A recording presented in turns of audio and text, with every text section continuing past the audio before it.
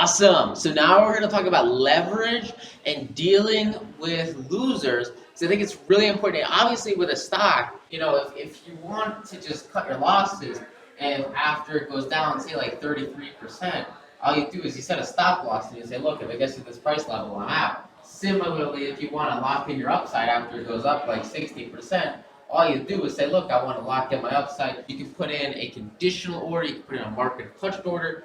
These are all orders that we cover in Chapter 19 of 9 to Noon. So that's all in your hands to use, but very basic level. It's just an order that triggers automatically once you get to a certain price point, and then you can sell and take your profit, or you can sell and take a loss. And that's really powerful. Limiting your losses is really the basis of overarching long-term growth in the market. And obviously, you guys know this. We talk about risk-reward ratios. Obviously, to have a defined ratio, you need to have a defined downside and have a very disciplined stop loss. Now, this is something that I don't think gets talked about enough in like financial classes or trainings, or especially with like management where you're on the line putting your trades in. And it's this idea of money and emotions, okay? Now this is probably one of the most difficult things for me to overcome when I was starting out in the markets, when I was starting out with trading, because I was like pretty connected with money, like a lot of people are. They're in this place in their life where, their whole mind is kind of wrapped around money, and that's a bad place to be, especially in the markets. If you're trying to trade for income, you're trying to create a lot of growth in your portfolio, or specifically you're trying to create sort of like financial freedom with whatever it is you're doing, or maybe replace your job with new income, you really need to separate your money from your emotions and understand that you can have bad months and good months, bad weeks and good weeks. Now the goal is to get to the point where you're very, very, very consistent, and week after week after week you're trading profitably. And that's a place that is the power state to be in. As soon as you get there, everything changes. But the most important thing to overcome, and the number one mistake people make, is that they have these emotions that are associated with money, and they can't overcome that. Look, the stock market is a very, very, very logical place. If you can't cut your losses without a blink of an eye, without the bat of an eye, and say, look, you know what? I'm out at this price level. And obviously, this price level can be a lot better defined through technical analysis. Obviously, this price level can be a lot better defined through technical analysis. But the important part with this trade is the idea that you need to dissociate emotions from your trading. It's so important to be able to just say, look, I'm cutting my loss here, that's it, this is a hard stop loss. This is the number one thing. I see people, they start investing, they start active management, they start trading 9 to noon, and they get in a position like this, and this is 9, this is noon, and they just aren't able to cut their losses, and it goes down and down and down and down and down. And it goes from losing 30% to losing 60%, because that can happen. And you need to have a target for what you're doing. So with a trade like this, you would want this to go up like 150%, like a lot, right? And when you get a lot of upside, you can risk downside like that. But the important part is to use sort of the technical setups that we're going to obviously develop, and they're in 9 to noon. I mean, they're everywhere, and we're going to get into them in this options course. And so when you use those technical setups, you have a very set risk level, and you also dissociate your emotions from that risk level, so you don't think, like, I know this is a big, big, big problem I had when I was first starting out, and it was tough because everyone was like, you have to dissociate your emotions from money. You can't react to the environment. You can't react to the economy. You can't react to these investments. And it was tough, dude. I remember you guys might have heard this story, and it's in 9 to noon. That NVIDIA, right? NVIDIA, they reported earnings, and I owned them at the time. They were one of my first positions. They were like 25% of my portfolio. Totally, totally, totally overweight. I mean, it was just ridiculous how much this was, because I didn't really have solid diversification at the time. I didn't know how to really master my investments, and I was learning. And so with NVIDIA, they were going down and up and down and up and down and up, and it was a downward wedge, right? And I read this information online that said like downward wedges were bad. So I bought like right around here just by pure chance, because I was like, I like NVIDIA, they're a cool company. And I was learning and learning and learning about technical analysis as I started to go through, the process of investing in them and learning more about like building money with assets and investing in the stock market. And I got to this point right here where like they were reporting earnings on this day. And like logically, I knew that like, look, I should just see what happens. I should own this stock. I think it's a cool company. I think they're going to crush it. But I had this connection with money and emotions, and it was actually pretty interesting. Some of you guys might have heard this, some of you guys might not have. I was driving to school with my mom. We get to school, and I leave my phone in the car, an accident. And I'm walking into school, and then I realize, like, oh no, I left my phone. I better go grab it. So I run to the car, like, stop her on the way out of the parking lot, and grab my phone. And oh my God, everything changed because of that. So I'm like reading a whole bunch about like news and media and opinion and what people think is going to happen to Nvidia stock. Because Nvidia stock, in the past year, it went from like $30-$25 to about $100, and that's where they were at right there. And so because of that, they had a really, really, really, really nice gain. So a lot of people were pretty skeptical, and a vast majority of the analysts said, oh, this stock's going to go down, this is terrible. And then I read this article that said the downward wedge was a bearish indicator instead of a bullish indicator, which it's a very, very, very nice bullish indicator, a vast majority of the time. But I didn't know that. I read wrong information online. I read lies, fraud, and it cost me a lot. But what was more important was the emotional impact, and that's what I want to stress with you here, is because this is a very difficult thing to get over. But hopefully, if you hear my story and you hear sort of the process I went through, it can help you to overcome this mindset barrier faster, because it's a really, really big problem. So I get my phone and I'm reading all this crap that says Nvidia's bad, and I say, well, if Nvidia's messed up, I better get out of the position. So I call my broker at lunch and I made my decision. I said, look, I've taken a 3% profit on this trade, which was like nothing. That's pretty good. I was in it for like a month or 2 or 3 or 4. So I called my broker because I have my phone, and I ran back to the car to grab that phone. I called them. I said, let's get out of this position. So they got out of the position, and I get home after school. Nvidia reports earnings at 4:20.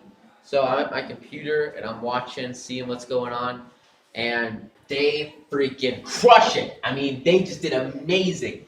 They reported earnings, and within 2 minutes, they were up 20%. I can't even draw this on this chart. It is so high. I'm like breaking into the other chart. I mean, they just absolutely destroyed. They went up 20% instantly.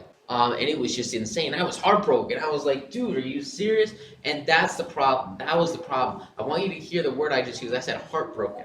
Never, never, never, never, never. Stocks are in your brain, not your heart. Okay? Cannot let your emotions time your investments. I spent the next 2 hours on my bed bawling my eyes out because I lost a little bit of money. Money does not control you. Money does not control you. You control your money. You don't let it have an impact on you. That was the moment when I realized that I was letting money control me, because I was just getting out of I was still working at minimum wage at the time, and so I was still like in this employee mindset of I have to put in a bunch of hard work and I am controlled by money, versus this new investor mindset of you control your money and you make it work, you make it happen. And that the basis of that is your ability to dissociate emotions from your investments. You have to look very, very sternly and very, very technically at your investments. Look at it from a very analytical about the positions that you make, because that's the way you win. That's the way that you get the right setups and you make the profits. You stay in the trade, you get out of the trade one way or another, but you can't whine about it, you can't cry about it, because that's going to mess up your decision-making ability, which is your one and only asset as an investor. The markets go up, the markets go down. All you have is your ability to make decisions, and your ability to make great decisions is based on your ability to get rid of these emotions so that your mind is clear, clutter-free, and able to focus on the information it has and the technicals at play so that you can make the right investments and the right decisions. After I realized this, I started trading 9 to noon, right? And I was finally able to really, really, really like set a stop loss. You have to set a hard stop loss. I remember one of my earliest trades, it was a little bit like this stock right here. It was going up and up and up. And I thought it was going to keep going up. And there was a little bit of a setup with it. It was like, it broke kind of above the VWAP, and it was doing really, really, really well. And then it came down here, and I set my stop loss, set my hard stop loss right here. And I set my stop loss right here, and I said, look, if it gets here, I'm out. It comes down, and I'm like, what's gonna happen?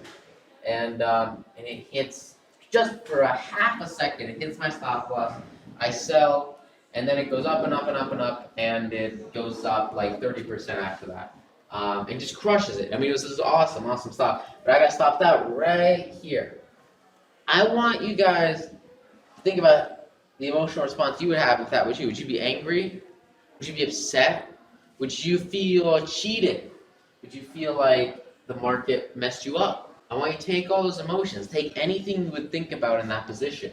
Write them all out. I was pissed, I thought it was unfair. I said, this stuff's crazy. And I took all these negative emotions, I put them in a box, and I just kind of freaking scratched them out and got them out of my life and threw them out of my mind. Because for you to succeed with investing, you have to purge these emotions. And you have to stick with the stop loss. Because if this stock had gone down another 50%, you bet your butt I would have been super happy I sold here. It's all hindsight bias, right? You just don't know with these investments. And especially when we get to those technical indicators and like actually establishing risk-reward ratios, this stop loss level is going to be crucial. And only after you've made, I'd say conservatively 100, 200 trades if you're a little bit less conservative. Like make a lot of trades before you transition into a place where you're doing a soft stop loss. So soft stop loss would be like if it gets here, maybe on like half your trades, you say you'll give it about a minute to figure it out and see if it bounces out like it does here, versus just going straight down. Because the vast majority of the time,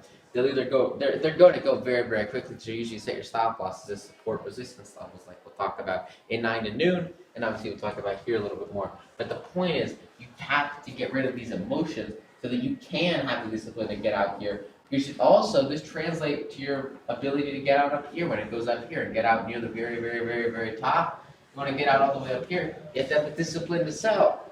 You can't just let it go up and down like a wave and you're riding the wave up and you're riding the wave down. Like you have to stand up on the surfboard, get on the wave and commit to it.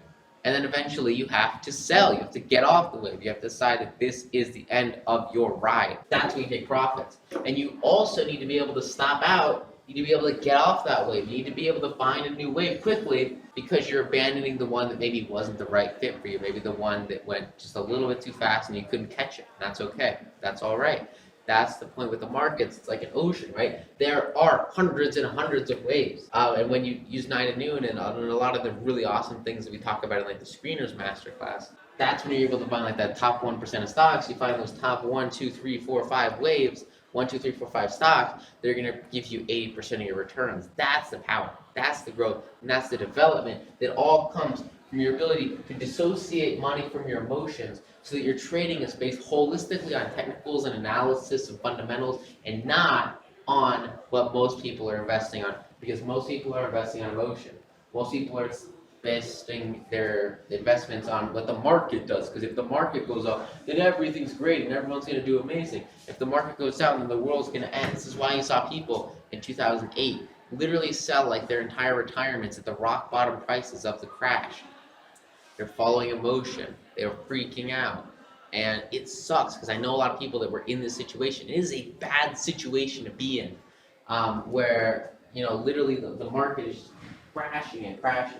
It used to be going up and up and up and up, and then just go bam, minus 50% in a year. It was bad, but it showed that people link their investments to their emotions, and that messes them up because it drops down here, and instead of waiting for it to bounce way back up, they sell. That messes up everyone. That screws over your portfolio. Everything we talk about in 9 to noon and the general membership area with like index investing is all based on long-term compounding growth. And that only comes when you stick with your plan and your principles. And that's what this comes down to, right? This comes down to having a trading plan. This is why we learn technical analysis. This is why you're investing in your education, is to learn that plan so that you can know exactly what to trade, where to trade it, how to trade it, and then get in, out, as needed so you can absolutely crush it. Is that awesome? Get that? You feel that? Is that great? Okay, awesome. So now you understand that. You understand the importance of emotions. I mean, it's not just active trading. It's not just 9 to noon management. I mean, it really is all aspects of investing. It comes down in any time frame to your ability to disconnect emotions from your investments. You can't be bawling your eyes out over money.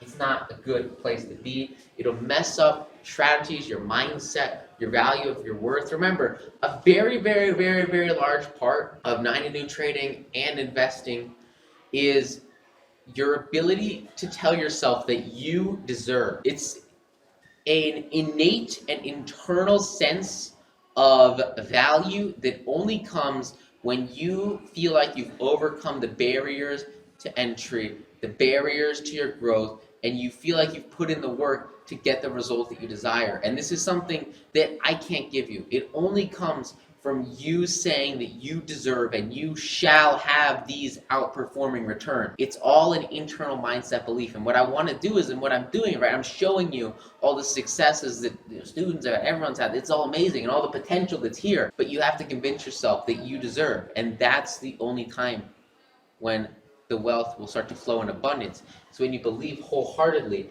that you can dissociate your emotions from your money, have outperforming returns, and absolutely crush it in capital markets by taking advantage of the most powerful economic machine on this planet to absolutely crush it. Okay? So please, please, please, I don't know what it takes. It's different for everybody. For me, it was a very, very long, extended period of market research, about half a year before I really was able to grow the pair and buy my first stock. But for you, it should be like getting through 9 to noon and getting through these courses, getting through this training. Like, this is what you need, and this is all you need. You need to just start after you get through this. And that's when you're going to learn just so much by implementing, taking action, and freaking doing it, okay? And you'll have the most tangible results, right? Like, when you're learning, you're not making any money, but when you're investing, you're making a lot of money. So that's the point with this, is to get you to that stage as fast as possible where you are crushing it. Okay? Sound awesome? Sweet. So that's the basis of dissociating emotion from money.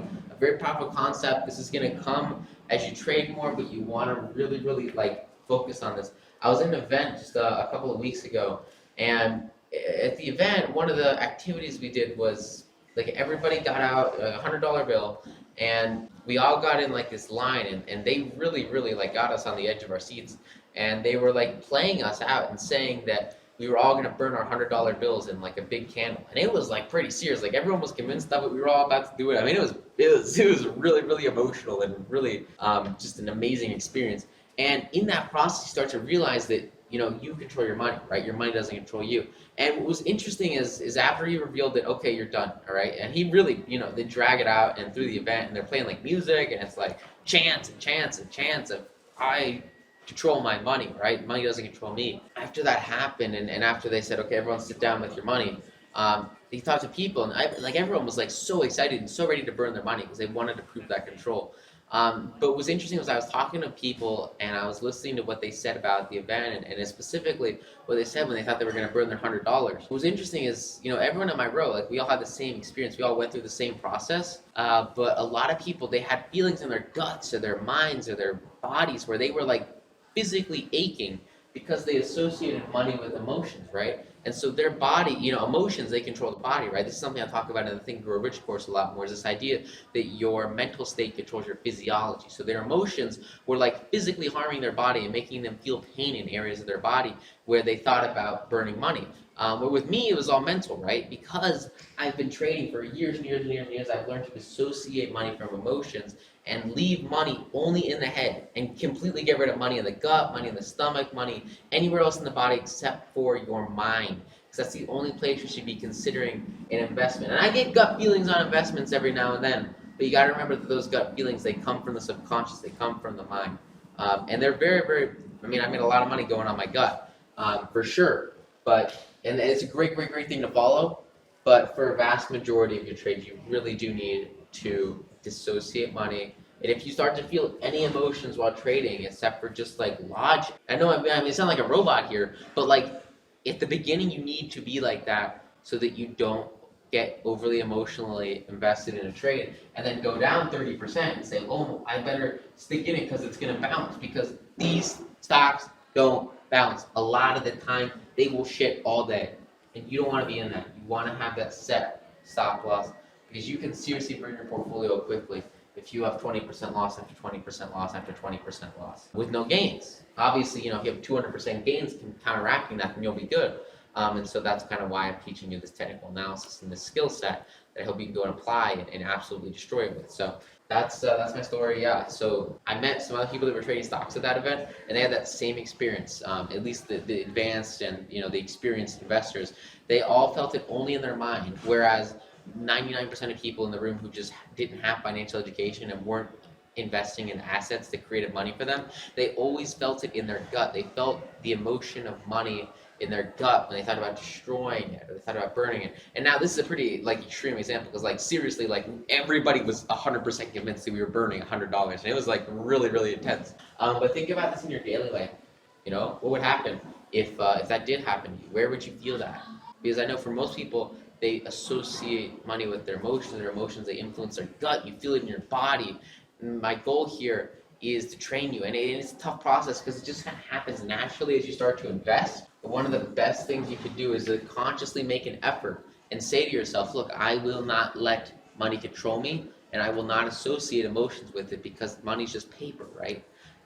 And when you're trading stocks, money it's literally like little numbers on a screen. So that was really kind of the easiest way for me to dissociate it, was to just think about it as numbers. And for a vast majority of my trades, this is again that principle of thinking about percent change over dollar change. So I'll look at every single trade I make. I want to know what percent I made versus what percent I risked. I don't want to know how much money I made because first of all, that's going to associate money with emotions, money with happiness if I win, sadness if I lost. I don't want that. That's bad. But second of all, it's a lot more scalable. When you focus on percent change, all of a sudden you're measuring your performance, and you can also predict your future performance, right? So if you're thinking about managing a $10,000 portfolio today, you make 10%, you know that if you had $1 million portfolio, that would be $100,000 versus $1,000. So it scales up a lot easier when you think about the percent change versus the actual dollar amount. Now, obviously, it's important, right? You have to create, the income or the wealth or the growth that you desire. But you guys have seen sort of the magic that we've done with the compound asset growth. And if you can just create solid percent returns and absolutely outperform a vast majority of investors, that's really your key to success. And that's the point of all this options trading, all this technical analysis. The point is to increase your percent return dramatically in the exact same period of time as other investors and trading the exact same assets in some scenarios, but just leveraging this other type of investment vehicle that allows you to increase your returns, right? You're leveraging your returns with options. So you're multiplying your upside, you're also increasing your downside. And that's the point, right? Is that you are leveraging the power of an option to buy something or an option to sell something, and therefore paying a much lower price than if you were to traditionally buy it. And that's why options too, you can lose everything. Think about what it would feel like if you lost everything. Because when I lost everything in GE, did not feel that in my gut, didn't feel it anywhere in my body except for my mind. And I said, well, I guess that's how it works, because I knew going into that trade the risk of it. I knew going into that option, the upside, the downside. And so because of that, I probably should have sold it after the first day and just booked a 50% loss. But because of that, it was all contained in my head, and none of it was emotionalized. It didn't have any impact on any other of my investments because I knew it was an isolated, single event, and I planned it out using logic and reasoning and planning for solid money growth and completely ignoring the emotions behind that investment and what everyone else was saying about it. That's where you want to get. You want to get to a point where every trade you make is only up here and nothing passes down into the rest of your body. You don't want to have emotionalized thoughts when it comes to your investments, your money management. That will seriously mess you up, and it can stop you from having the growth that we see with really, really, really, really great 9 to noon stocks because of investment with emotion. So really powerful concept here. It applies a lot to active management. It applies a whole lot to long-term growth, especially with index investing. It's this idea, right? You have to care, but not that much. When you don't care that much, it gets the emotion out of the trade. It gets the emotion out of the investment. Because you know you'll still wake up tomorrow whether or not the stock goes up and down. And you know that you're going to live another 5 years whether the stock goes up or down. It's not a big deal. You care, you don't care that much. Okay? Cool concept, awesome stuff. You guys excited to apply this? I'm freaking excited to teach it. So, hey, have an awesome time applying this. Go out there and absolutely crush it. I'm super excited that you guys are going through this content. It is awesome. So, hey, thank you so much. Leave a look at a Facebook comment below. Love to know what you're learning, favorite parts, or how you're applying this. I'd love to know if you're winning. Like, that is so cool. Best trade, first trade. First trade's the most important trade. Make that, you're going to be crushing it afterwards. So thank you guys so much. Have an awesome time, and I'll see you in the next module. Thank you.